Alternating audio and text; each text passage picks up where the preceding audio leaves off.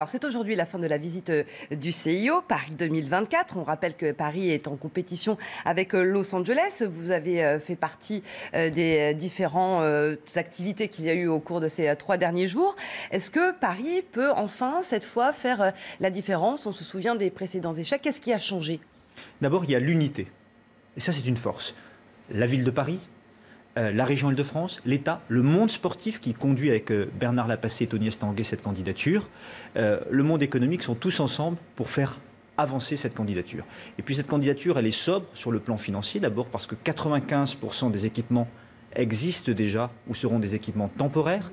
Nous avons beaucoup travaillé sur l'héritage de la candidature. Ça veut dire quoi? Ça veut dire que en termes de mobilité, en termes de transport, c'est un accélérateur de politique publique, la candidature des Jeux Olympiques et Paralympiques de 2024. C'est une formidable opportunité, là aussi, de remettre nos projecteurs internationaux sur notre territoire et d'attirer les investisseurs.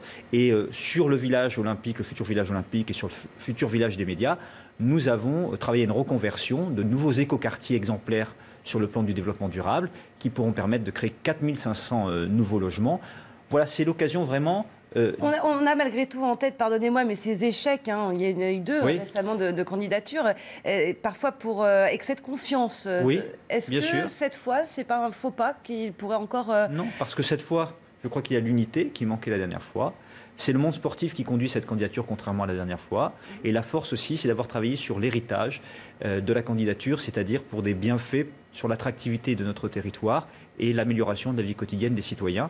Travailler aussi sur l'accès au sport pour toutes et tous, quel que soit son quartier, quelle que soit son origine, quelle que soit sa condition sociale, permettre à chacun de pouvoir exercer son sport de préférence. Il y avait une rencontre très importante ce matin, Emmanuel Macron qui a reçu à l'Élysée cette commission d'évaluation. C'est important cet investissement du chef de l'État. Vous l'avez trouvé comment, Emmanuel Macron d'ailleurs? Est-ce que son accueil a été réussi? Oui, parce que... le chef de l'État montre son appétence pour les Jeux Olympiques et Paralympiques. Donc c'est un signal très fort.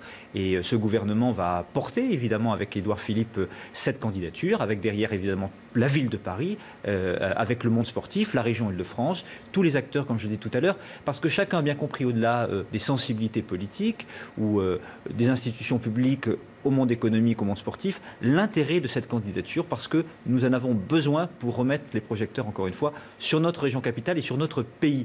C'est le plus grand événement au monde. Pour les gens qui s'inquiètent du coût, malgré tout. Oui, je l'ai dit tout à l'heure, c'est la candidature très sobre sur le plan financier. C'est un coût, malgré tout, même si c'est sobre. Bien sûr, c'est sobre parce que 95% des équipements existent déjà ou seront temporaires. Donc, contrairement à des candidatures précédentes, où il y avait dans certaines villes beaucoup de choses à construire, nous n'avons pas tout ça à investir. Et donc, c'est vraiment une opportunité pour vraiment travailler sur l'héritage et la reconversion surtout des sites au service de la population. C'est un nouvel état d'esprit. Par exemple, exemplaire aussi, nous sommes sur la question du développement durable. Nous avons travaillé à avoir des incidences carbone de moins 55% par rapport aux Jeux de Londres ou de Rio. Donc avec Isabelle Autissier qui a présidé le comité d'excellence environnementale.